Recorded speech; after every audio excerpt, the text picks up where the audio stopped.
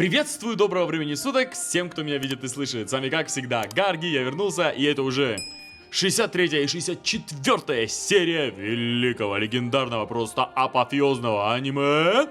Легенда о героях галактики. Эпизод 63. Святая Земля. 799 год космической эры. Да. Первый Новой Империи. Да. 24 июля.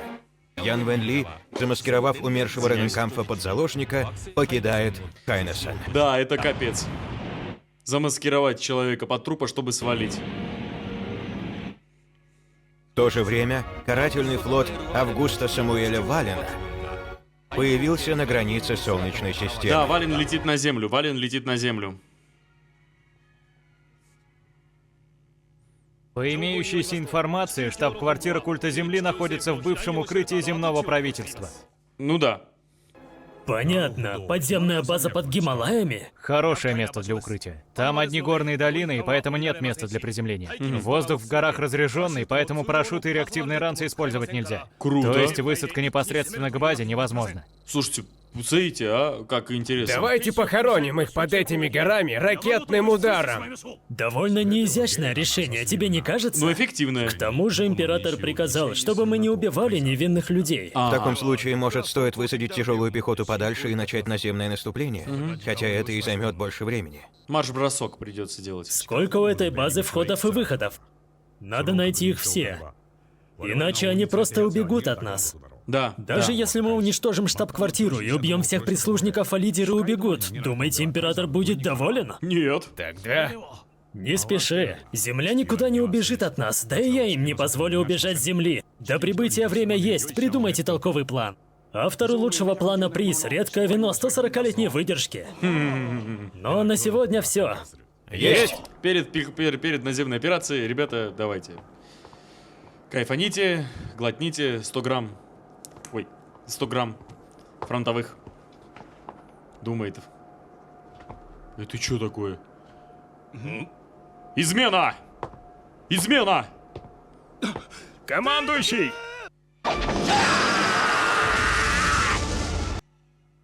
Фанатик, 100% какой-то фанатик.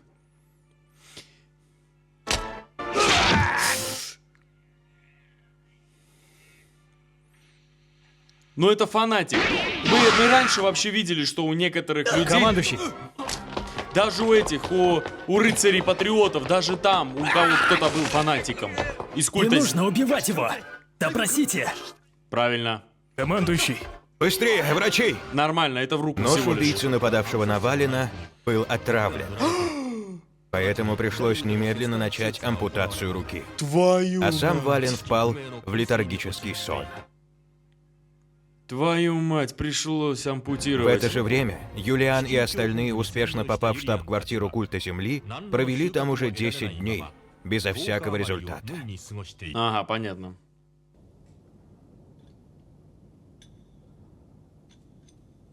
Угу. Моет. Ну, как послушник там он работает. О, наблюдение. Сильное наблюдение идет. Очень сильное. И поэтому без всякого результата. Слишком интенсивно следят. Посмотрите, даже вооружены.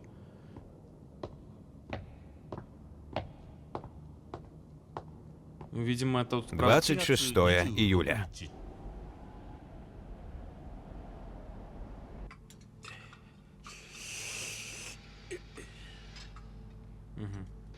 Едят и даже во время еды за ними следят. Кто с кем сидит, общается или нет.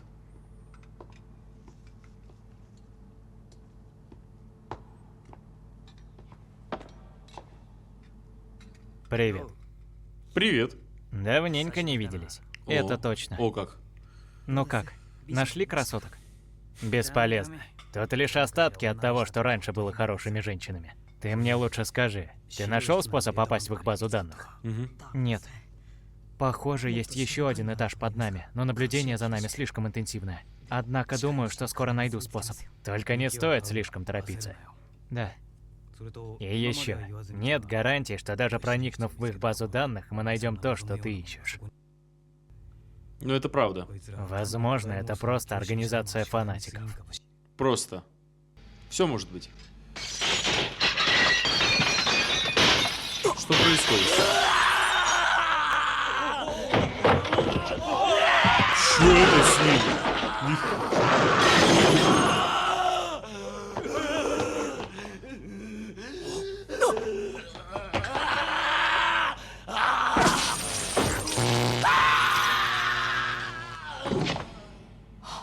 Черт, вот оно что!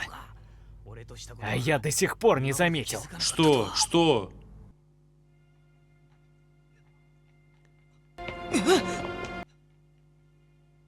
Что там?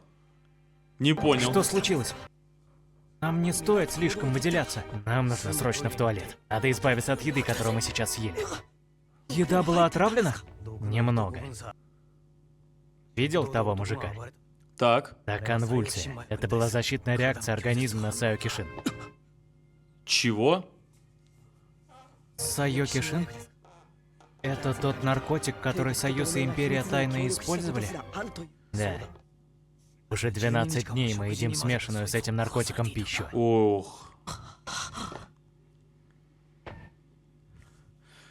Этим они и делают полное подчинение новых членов своего культа. Смотри, не проглатывай воду. Они, возможно, и в нее его подмешали.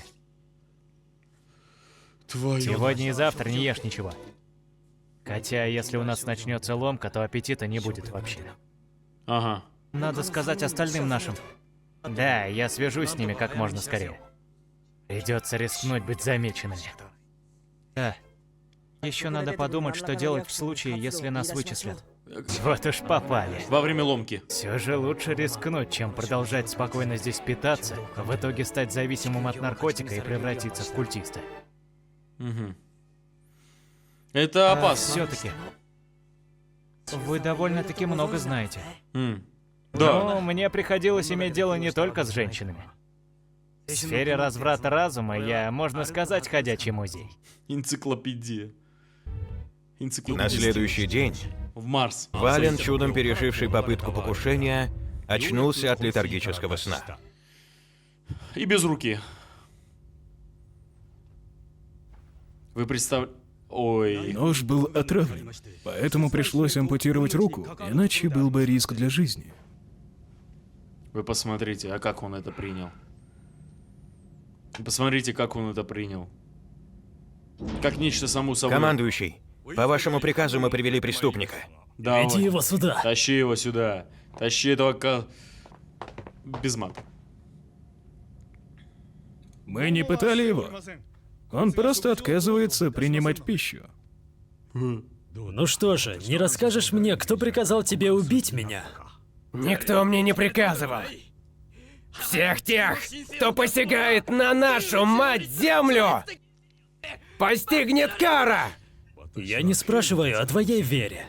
Я хочу узнать имя того, кто приказал тебе убить меня. В любом случае, он же из культа Земли. Он здесь на корабле?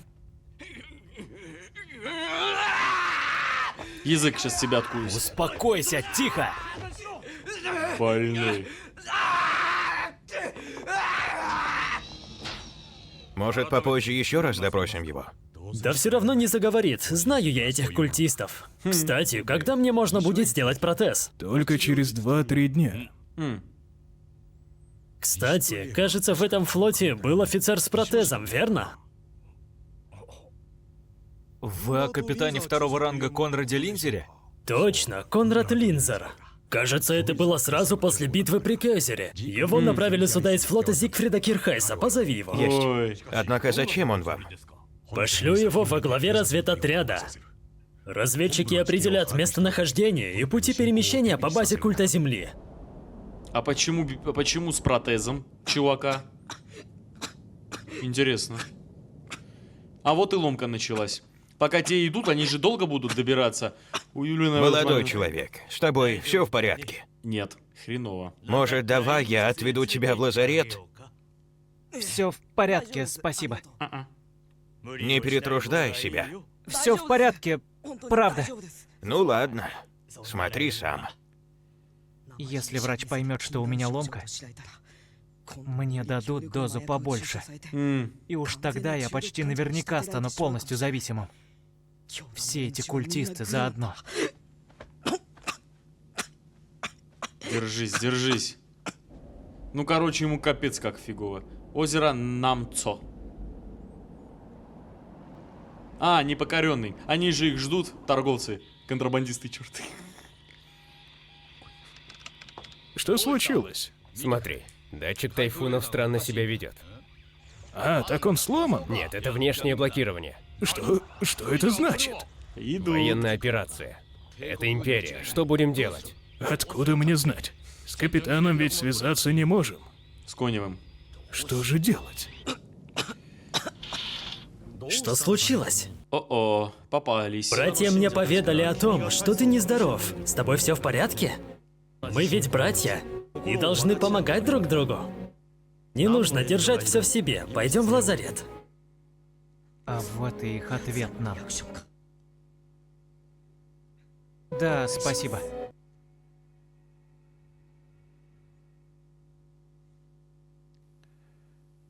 Ой-ой-ой.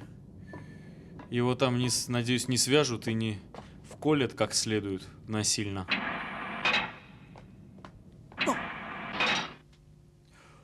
Фу. Что сегодня за день? Сразу столько ребят нехорошо себя чувствуют.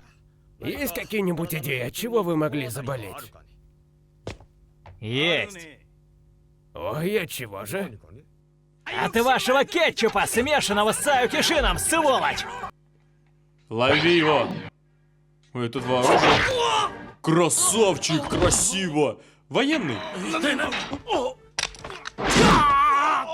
Но Юлиан тренировался у лучших. О, давай-ка. Угу. Отведай собственного лекарства, доктор. Видишь это? А? Если тебя вколоть столько саукишина, то ты умрешь в течение минуты. Передоз. Не надо! Надо. А я и не хочу вкалывать. Но не все так просто в жизни. Взрослый человек должен понимать, что приходится идти против своих желаний. Но счастливого пути. До свидания. Ой. Не надо! Что вы хотите? Пощадите меня, я все сделаю! Не колите только! Нам надо узнать секреты культа Земли. Откуда культу поступают средства и каковы ваши цели? Да, кстати. Я не знаю ничего об этом. Откуда мне знать? Если не знаешь, то выдай того, кто знает. Или расскажи, как нам самим узнать. Я простой врач! Значит так, да? Раз уж от тебя никакой пользы, то я сделаю тебя простым трупом. Да он же вроде не вколол. Да? Он чё, сознание потерял? Еретики вторглись! Еретики? Они и здесь уже! Убить негодяев, посягающих на землю! Это вам наказание за то, что людей травите, прикрываясь вашей верой. Покайся вот перед своим богом. Подполковник? Раздевайте их быстрее. Ну что тут непонятного? Переоденемся в их одежду. А ты чё подумал, Юля? Почему так сложно раздевать мужчин? Да и пользы от этого никакой. Я что, ради этого сюда прилетел? Слушай, помалкивай, да. А командующий Ян сейчас наслаждается сладкой жизнью со своей красоткой женой. Вообще-то нет. У него побег случился. Слушай, Юлиан, сколько вещей не планируй, все равно с самого начала по плану ничего не идет. Что там? Нас уже Ну а всё? со временем совсем выходит из-под контроля. Что там случилось? Короче, вы как нельзя вовремя, да? Ну, совпало. Разведотряд доложил нам местоположение всех входов и выходов из этой базы. О, быстро они. Докладывают, что кто-то им помог изнутри. Кто-то помог? Стоит ли нам верить незнакомым источникам? Говорят, что они были бывшими торговцами из Физана, и то, что культисты держали их в плену. Командующий. Доверимся решению тех, кто сейчас на базе. Хорошо, всем кораблям полный вперед! Атакуем! Ага, все ясно, все ясно. Юлиан помог сейчас. Значит, так и Имперцам. сделаем. До связи. Юлиан с командой сейчас помогли. Получил подтверждение. Просили передать, что благодарны за помощь. Спасибо. Ну что, мы проведем вас внутрь. Хотя вообще мы сами не очень-то и знакомы со всем здесь. Однако, куда примерно идти, знаем. Все-таки не просто подвергать гражданских такой опасности. Не волнуйтесь. Тем более у культистов в плену два наших товарища. Нам надо отыскать их. Поэтому позвольте нам хоть чем-то вам помочь. Понятно, раз так, то я на вас рассчитываю. Капитан, возьми отряд солдат и продвигайся с этими людьми внутрь базы. Пойдем.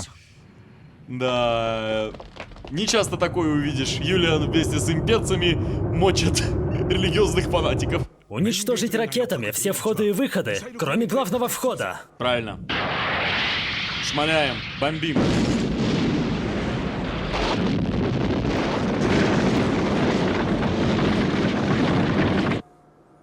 Все, Остался лишь главный вход. отлично. Капитан, Слушаю. вон там, похоже, находится довольно широкое ущелье. Оттуда и начнем вторжение. Наш корабль сможет здесь приземлиться. Слушаюсь. Отлично. Внимание! Приготовиться к штурму! Как только мы приземлимся, прорывайтесь вперед на личных ионокрафтах! Отлично, десант. Выпускаем берсерков. Командующий, это ущелье слишком узкое. Нам здесь не приземлиться. Спокойно. Будем верить в нашего капитана. Капитан первого ранга. Дунель, если я успел правильно прочитать. Приготовиться к приземлению. Спокойно. 4, 3, 2, 1. Приземляемся. Держаться! Ну да, было немножечко тяжеловато. Нормально? Все, супер. Давай, запускаем. Сейчас вперед! Долго нам не удержаться! Рука у него болит сильно. У него только что прооперировано, и вдруг такой потрясло сильно. Плюс это абсолютно другая гравитация и так далее.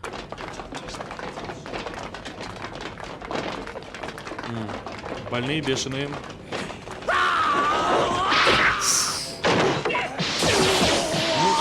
Ну да, логично.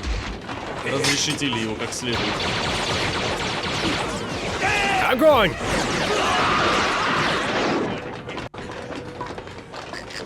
Надеюсь, у него там нет граната. Я так и знал. Всегда есть чувак, умирающий с гранатой. Всегда.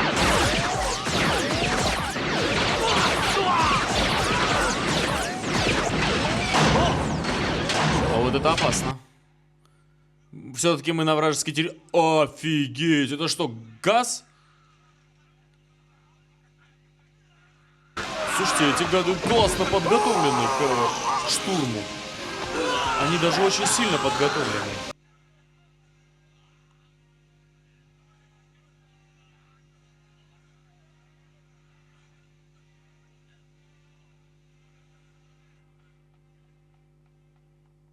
Что случилось?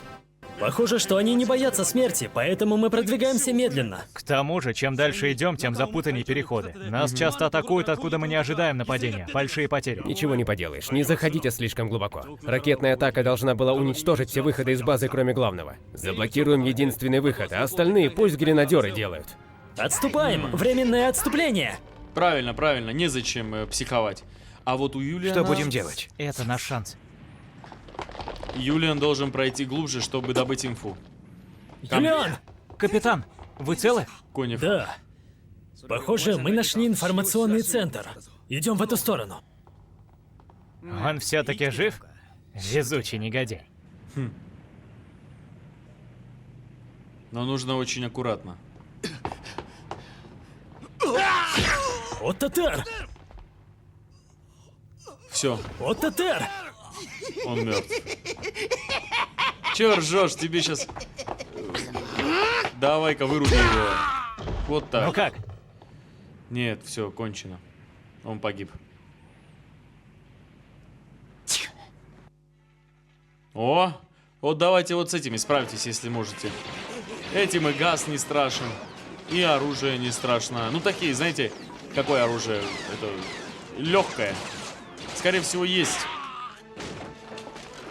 Господи, он прямо как Дан умер. Дак.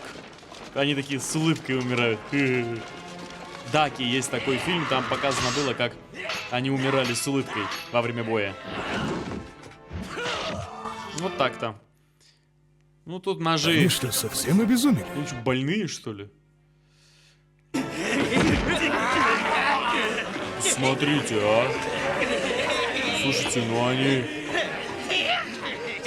Еретики! Все вместе сдохнем!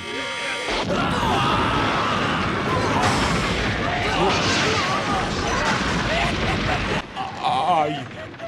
Это самый бешеный бой, который был.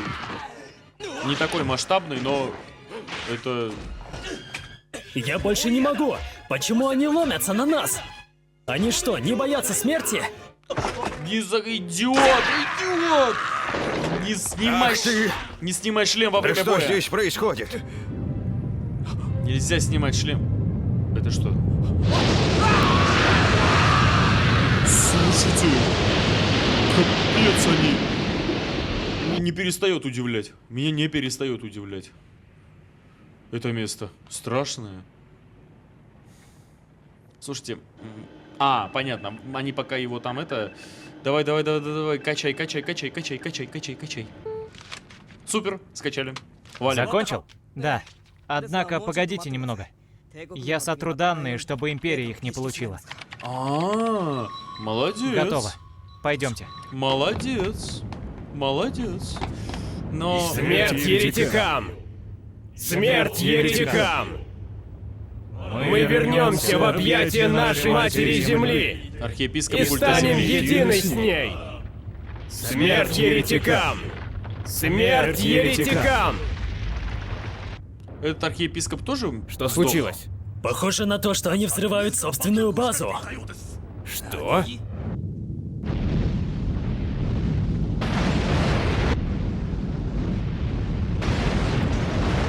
Слушайте, конечно, это ужасно, но... Эвакуируйте солдат. Черт, красиво было показано, как обрушаются эти горы. Беги, Юлиан. Давайте, ребята. Господи, я уже думал, что конец. Давайте, бегите.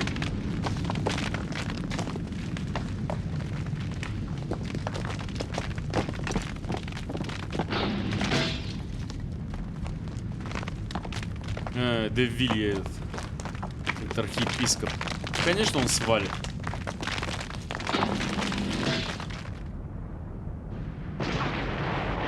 Вот, это сейчас был их корабль.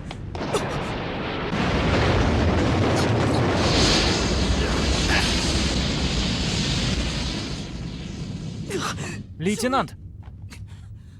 Я цел. Нам надо торопиться.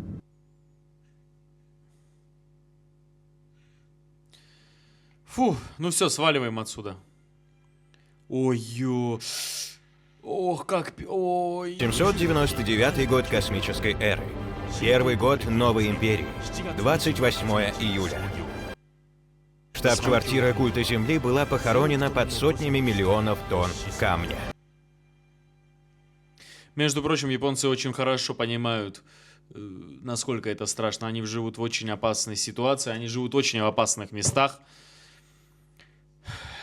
Ну, по сути, это гигантское островное государство, и они живут постоянно в страхе этих землетрясений, и они прекрасно знают, как должно выглядеть подобное событие. И для них это не пустой звук.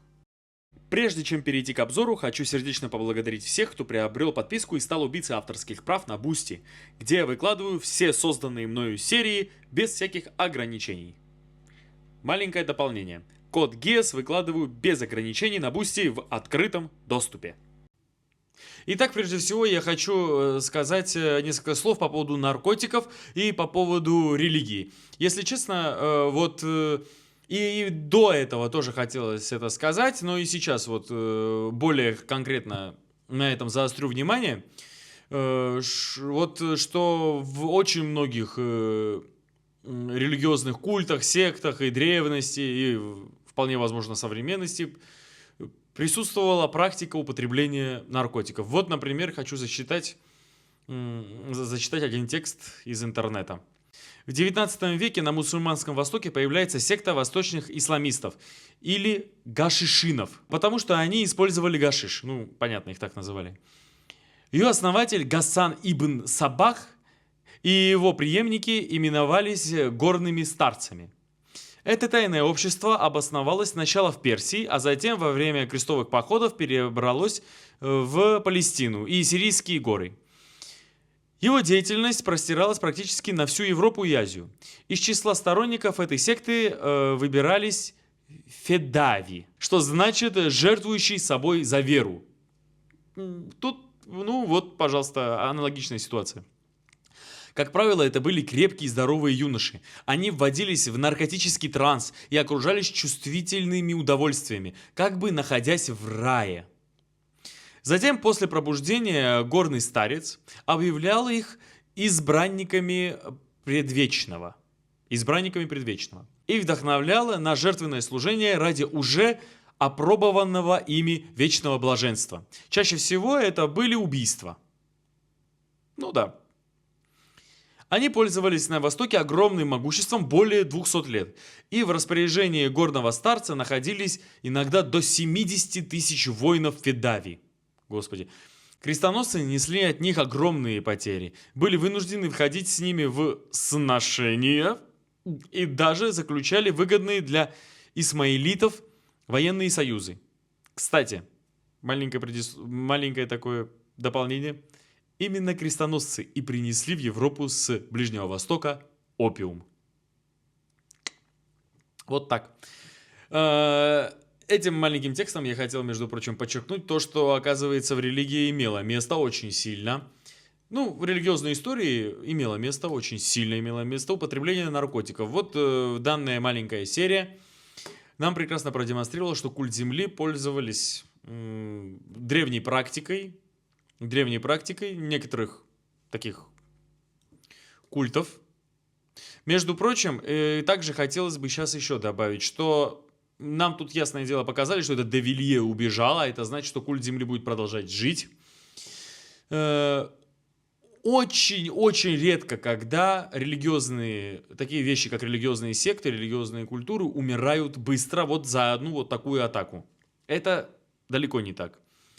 Религиозные секты и культы очень сильно славятся как раз тем, что они слишком живучие. По многим причинам, вот одна из причин нам тут наглядно была показана. Если мы можем вспомнить на самом деле вот фильм, моя первая, кстати, часть, которую я посмотрел, «Индиана Джонс и храм судьбы».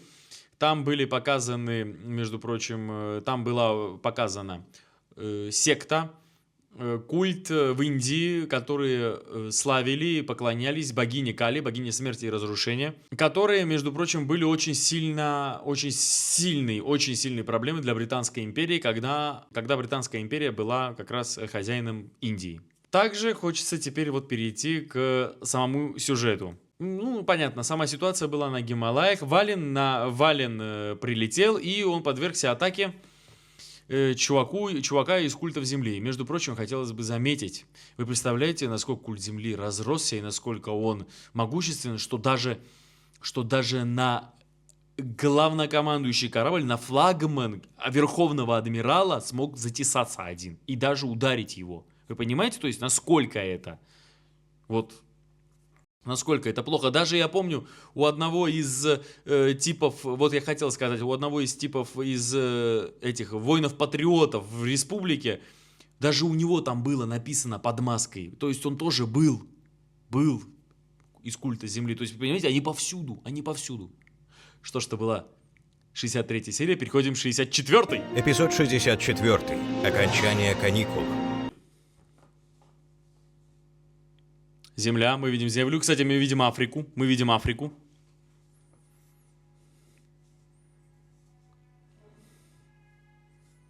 Да, некогда наша родина, наше место. Но, смотрите, Юлиан на разбомбленной земле. Там внизу лежат тела стольких верующих. Для любой церкви нет ничего дешевле жизни ее последователей. Так же, как и для политиков народ, а для императоров солдаты. Можешь ужасаться, но удивляться тут нечему. Говорят, командующий Ян не такой. Потому-то люди готовы ради него на все, и я в том числе. Уважение, которым он пользуется, естественно. Ремесло солдата само по себе проклятие. И Ян это хорошо понимает. Да и тебе объяснять не надо. Да. Ведь дело в том, что и ты идешь по тому же пути военного. Что за парень этот Юлиан? И я, и много кто постарше меня сочли бы за честь быть его опекуном. Сам не пойму, почему. Из-за его чистого сердца? Чистого сердца? Ха! Он еще слишком зелен. О каком чистом сердце можно говорить, пока у него нет на счету десятка другого интрижек? Скоро выдвигаемся, отдохни пока.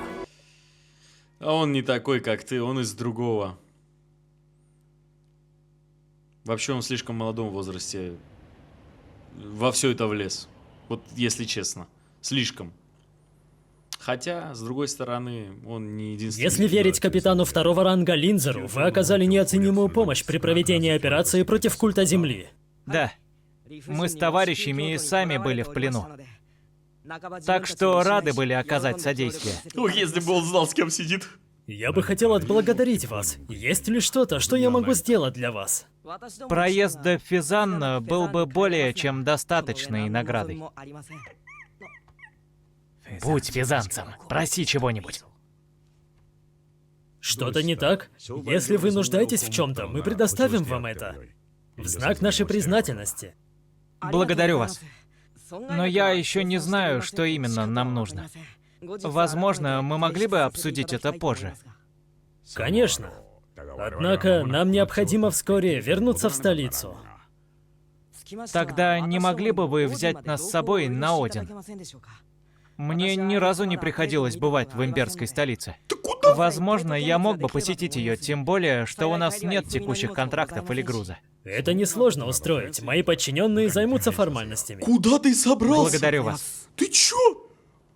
В логово льва? В пасть ко льву, в логово змеи ты собрался? Ну ты и смельчак.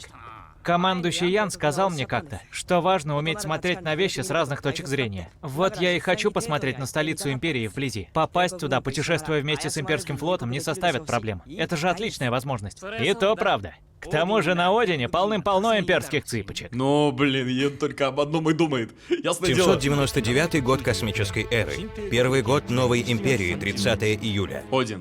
Вести о разгроме штаб-квартиры культа Земли достигли Одина. Однако вместе с ними пришли известия о смуте на Хайнессене. В Да. военных кругах не было единого мнения. После официального обнародования этой информации капитан первого ранга Рацель подготовил срочный доклад Мюллеру. Значит, вы утверждаете, что командующий Риненкампф, полномоченный представитель Империи, намеренно спровоцировал С конфликт? точки зрения интересов государства и правительства, его поступок заслуживает осуждения. Ага. Действия командующего Риненкампфа могут запятнать репутацию Империи. Вы сможете доказать это перед судом? Да, и перед судом, и перед трибуналом. Нифига себе. Ну да, но это все Оберштайн виноват, это он его Понятно. подговорил. Все это весьма мерзко. Да. Риненкампф оказался столь недальновиден. Император Райнхард не смог тогда присутствовать на совещании из-за болезни. И государственные мужи обсуждали новости без него. Сперва Мюллер ознакомил собравшихся с обвинениями капитана Рацеля. Надеюсь, не Дело касается репутации как Империи, так и ее вооруженных сил. Мы должны прийти к решению, которое удовлетворит не только правительство Империи и Союза, но и каждого и гражданина. Если все обстоит, как докладывает капитан, мы в первую очередь должны наказать виновников происшедшего. Я считаю, нам следует прислушаться к мнению капитана Рацеля. Стремление Империи защитить людей от злоупотребления власти имущих. Если Ян Вэнли был обвинен бездоказательно, нам следует оправдать его. О-о-о-о. Здесь, похоже, все настроены против командующего Рейненкампфа. А ведь он всего лишь хотел защитить Империю от угрозы со стороны Яна Вэнли. Кое-кто посчитал бы, что насилие ради благой цели вполне оправдано. Наша страна построена не на насилии. Правда? Если мы не станем руководствоваться принципами справедливости, чем мы будем отличаться от режима Гольденбаумов? Как мы докажем чистоту намерений командующего народу и армии? Хоть он и враг, Ян Вэнли чрезвычайно популярен. А мы вместо того, чтобы обойтись с ним по справедливости, пытаемся его подставить. Как сможем мы оправдать себя в глазах будущего поколения? Великолепная речь, адмирал флота Миттермайер. Но не забыли ли вы о своих действиях в отношении герцога Лихтенлада 2 года назад? Вас совесть-то не мучает? Нет. Не мучает. Борьба с герцогом Лихтенладе шла на равных. Да. Опоздаем мы хоть немного, сами бы оказались на его месте. Это правда. Тогда ударить первым не было постыдным. Но так же ли в этом случае? Не пытаемся ли мы вызвать отставного военного, живущего в счастливом браке, за преступление, которого он не совершал? Почему же мы должны закрывать глаза на эти отвратительные подстрекательства? Вы считаете, что именно таково желание императора, господин министр обороны? Быть не может. Вот именно. А что если предположить, что налицо конфликт между Яном Вен Ли и правительством Союза? Тогда нам враждовать с ним нету смысла. Нам следует дать Яну Вен Ли понять, чтобы он прекратил вооруженное сопротивление и выслать группу для проведения расследования по этому делу. Я лично мог бы направиться на Хайнесен с этой целью. Вы все, кажется, кое-что упускаете. В виновности Яна Вен Ли меня убеждает не какой-то там анонимный донос, а тот факт, что он со своими людьми взял в заложники одного из высших офицеров штаба его императорского величества и скрылся. Собираетесь проигнорировать этот факт? Разве это не вызов императору и империи? Он защищался. Я хотел бы, чтобы вы об этом подумали. Мне неприятно это говорить, но нельзя отрицать вину Ренинкамфа в том, что он бездоказательно обвинил человека, основываясь лишь на сомнительных доносах. Дабы не терять достоинства, нам следовало бы открыть правду, а не скрывать ее, и постараться затем исправить совершенные ошибки. Поступок Ренинкамфа бросает тень на его величество императора. Наказав Ренинкамфа, мы нанесем ущерб не только правительству, но и его величеству лично. Ланг. Здесь следует действовать осторожно. Закрой свой рот! Да, Не типа. смей указывать адмиралу флота. Мало того, что ты нарушил протокол, так еще и прикрываешься именем его величества. И пытайся прыгнуть выше головы. Начнем с того, что делает начальник отдела внутренней безопасности. На совещании Верховного командования Империи. Да и еще. Осмеливается перебивать адмиралов. Какая же наглость! Немедленно пошел вон. Или мне самому тебя вышвырнуть? Подождите в моем кабинете. Его очень сильно здесь не любят. Они все от него пострадали. Я помню, как Миттермайер и Роенталь чуть в тюрьму не угодили. Вот по вине именно такого, как он. Или вообще из-за него. Вали отсюда. Тебя тут никто не любит. Меня в жизни еще никто так не унижал. Впрочем, ладно еще меня. Унижать вас, министра обороны. Он нас прямо грязью полил. Что бы я о них ни думал, аргументы адмирала флота Роенталя весомы. С моей стороны было действительно неосторожно приглашать вас на совещание. К тому же то, что вы приближены ко мне, вызывает недовольство.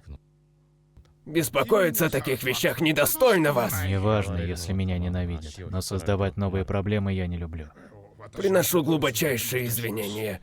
Но все же, поведение адмирала флота Роенталя было чрезвычайно агрессивным. С него не стоит спускать глаз. Заслуги Роенталя в создании государства далеко превосходят доверие императора к Ренинкамфу. И у нас все еще ничего нет на него. Возможно, следует брать пример с Ренинкамфа. Понятно, я найду для вас неопровержимые доказательства, улики, которые не оставят места сомнениям. Сволочь. Сволочь. Сволочь, они под Роенталя копать начали. А есть? Да, есть. Любовница. Из вражеской семьи. А они копать сейчас под...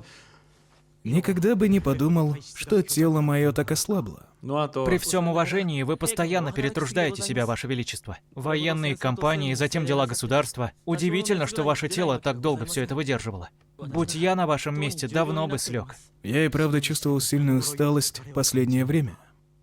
Вам стоит поменьше работать. Вот как? Предлагаешь мне сочковать? Да. Нет, Ваше Величество, прошу извинить меня. Однако, как говорил мой отец, сильное пламя сгорает быстрее. Вам и правда нужен полноценный отдых. Эмиль, тебе пока этого не понять. Сгореть мне не страшно, если успею до этого выполнить все, что задумано. Быть может, вам стоило бы поскорее жениться? Хватит уже того, что нужно меня охранять. Охранять еще и мою семью. Это будет уже слишком для моей стражи. Ой, боже мой. Ваше Величество, министр обороны спрашивает аудиенции, чтобы доложить вам о решении, принятом Генеральным штабом, и просить его одобрить. Хорошо. Я приму его в другой комнате. Большинство осуждает Ренинкампфа. Лишь немногие высказались за проведение расследования. Однако, раз способность Союза самостоятельно поддерживать порядок под вопросом, я бы рекомендовал, чтобы войска пребывали в состоянии повышенной боеготовности. Доверить это Рененкампфу было моей ошибкой. Подумать только, он даже и 100 дней не смог удержать контроль над планетой. Похоже, некоторые способны на что-то только когда я держу их на привязи.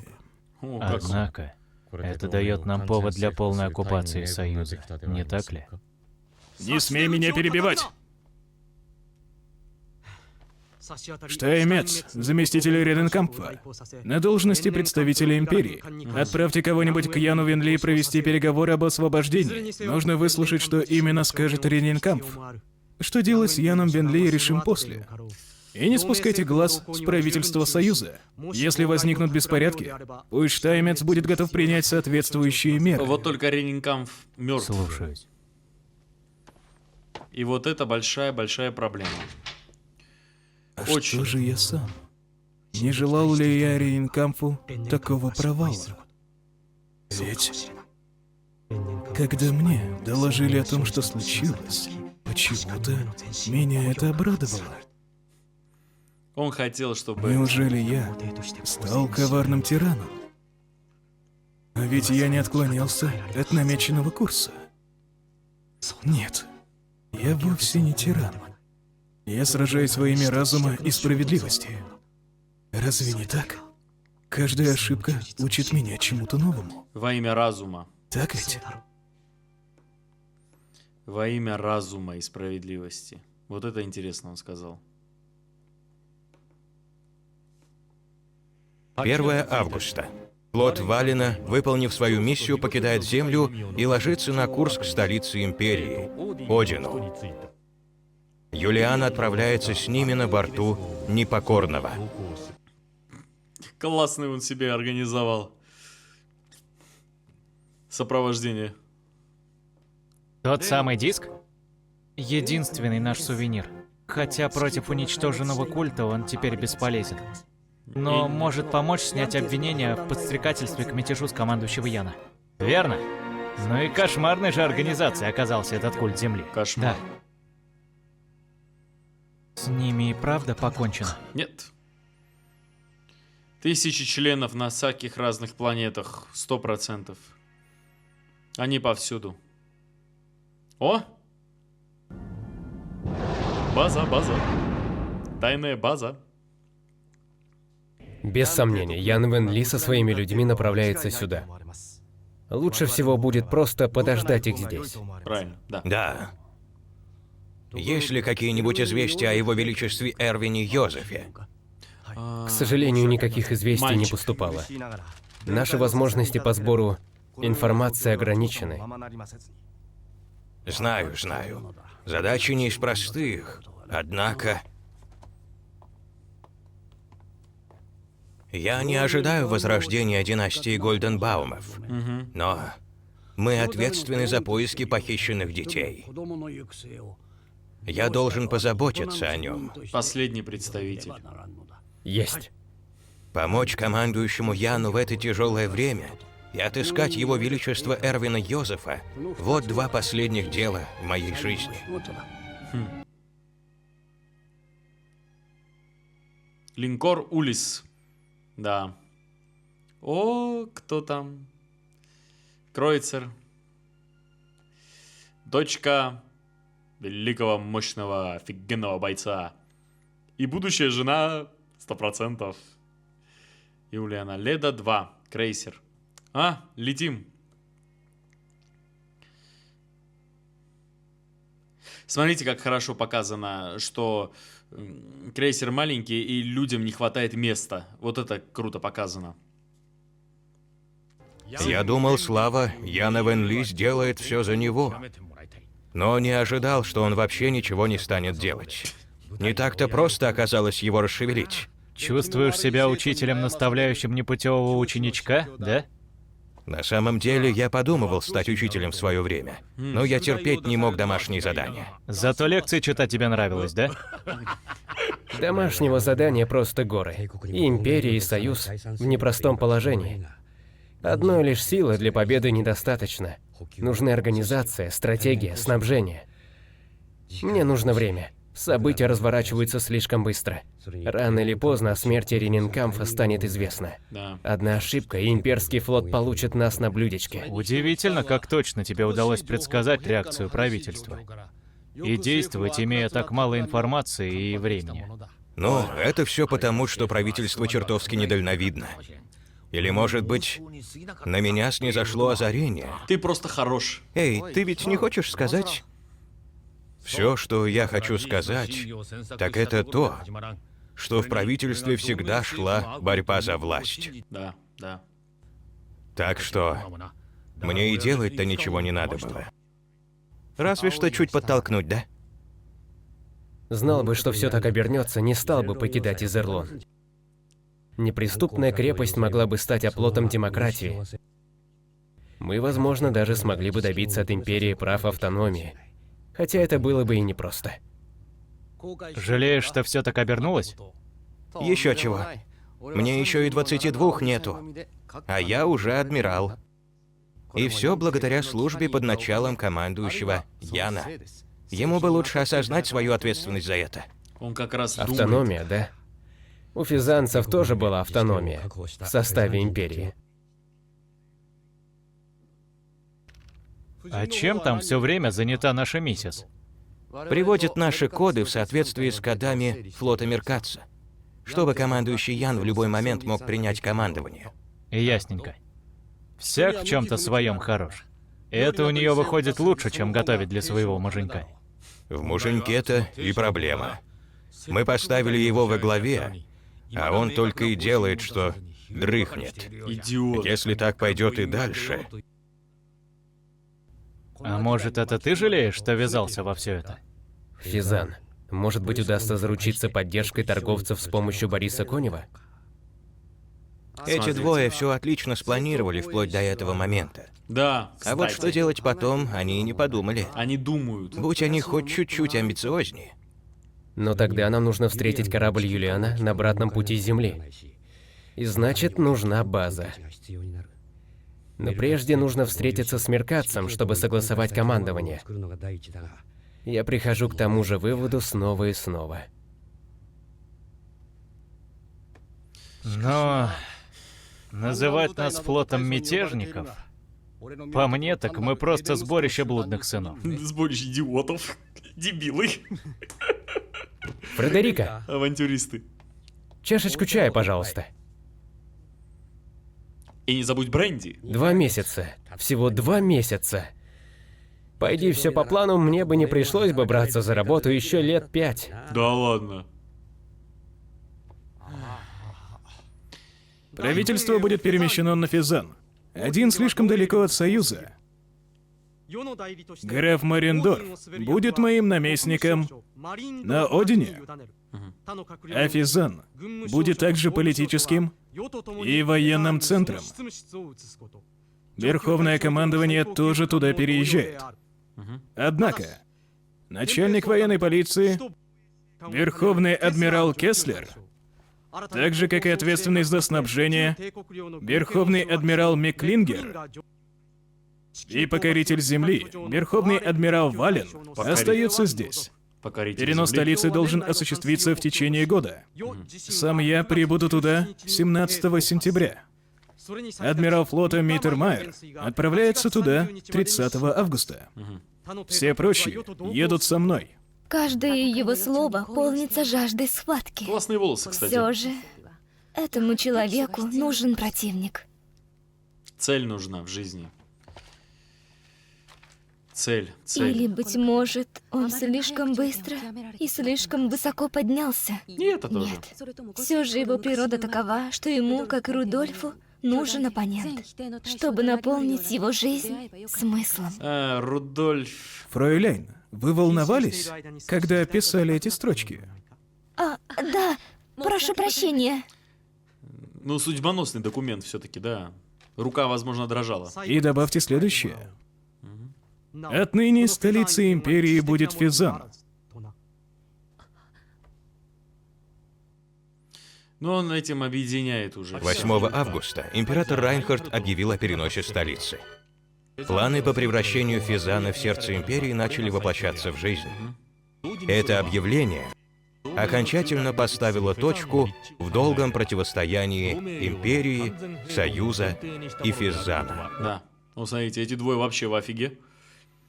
Миттермайер и Роенталь. Роенталь... Физан, да? Значит, он планировал совсем не то, о чем мы думали. Под предлогом переноса столицы будет готовиться вторжение. И что же она будет делать? Что же решит Эльфрида? Эльфрида. И все же главная ошибка его величества не Ренинкамф, а Оберштайн. Я уверен, он замышляет предательство. Нет. Этот подонок сам метит на трон, и поэтому пытается убрать всех, кто может встать у него на пути. Нет, это не так. И надеется когда-нибудь свергнуть императора. Да, я тоже так думаю. Про Меня Оберштайна? беспокоит пропасть, возникающая между императором и Оберштайном. Возникает. Что же будет, если их мнения разойдутся? Я испытываю странное волнение. Это из-за того, что я и сам когда-то вынашивал подобные планы? Нет, Роенталь. ведь я давно отказался от них. Да? Меня просто завораживает тонкая игра между императором и Оберштайном. Точно? В том же году, 13 августа, одна из планет поблизости от Изерлонского коридора объявила о своей независимости от Империи и от Союза. Чего? Планета называлась Эльфасиль. О! Эльфасиль! Эльфасиль! Вот это новость! Откололась от всего! И от того, и от третьего! И Эльфасиль! Совпадение или нет? Та планета. Герой Эльфасиля. Ян Вен Ли. Интересно, реально, совпадение или нет? Прежде чем перейти к обзору, хочу сердечно поблагодарить всех, кто приобрел подписку и стал убийцей авторских прав на Boosty, где я выкладываю все созданные мною серии без всяких ограничений. Маленькое дополнение. Код GES выкладываю без ограничений на Boosty в открытом доступе. Итак, вот в этой серии хочется сказать одно. Потихоньку начинается мочилово внутри ставки Райнхарда. Под Роенталя хотят начать копать. Оберштайн, мне кажется, потихоньку хочет, вот, если бы Зигфрид был бы жив, он начал бы копать бы под Зигфрида. Но вот сейчас Роенталь и Миттермайер являются, по сути, самыми важными людьми в ставке Райнхарда. Это его самые близкие, между прочим, люди после Зигфрида. Они с самого начала с ним вместе. Там никто так сильно с ним был не вместе, вот как с самого-самого-самого начала. И вот он хочет ним потихоньку их тоже отстранить от Райнхарда. Ради чего он это делает? Ради себя самого любимого, чтобы он был ближе? Или все-таки у него есть план? Потому что, если честно, я про Оберштайна не думаю, что он хочет сам стать императором и занять власть. Я про Оберштайна так не думаю. Попозже объясню почему. В данный момент, если честно, я сейчас волнуюсь по поводу Роенталя. Ланг — это большая сволочь, у которой большая практика по добыче конфиденциальной информации, и не просто информации, а также 100% еще и большая практика по, скажем так, выдумыванию информации. Потому что, ну знаете, да, 2-3 факта. Самая крутая подстава — это когда есть половина правды, и потом немножечко подмазать половину лжи, и получится конфетка. На Роентале есть что. У него есть хорошенькая девочка, между прочим, из семьи, которую, между прочим, вырезали в свое время. Райнхард приказал вырезать. И вот, пожалуйста, девочка, с которой Роенталь хорошенько развлекается по ночам, который хочет его одновременно убить и одновременно просто хочет. Ну, короче, страсть. Если Ланг об этом разведает и даст, то это будет очень-очень-очень-очень-очень опасно для Роенталя. Мне это очень не нравится. По поводу теперь Оберштайна. Я помню прекрасный момент, когда Оберштайн с собой прикрыл Райнхарда. Я прекрасно помню, когда Зигфрид...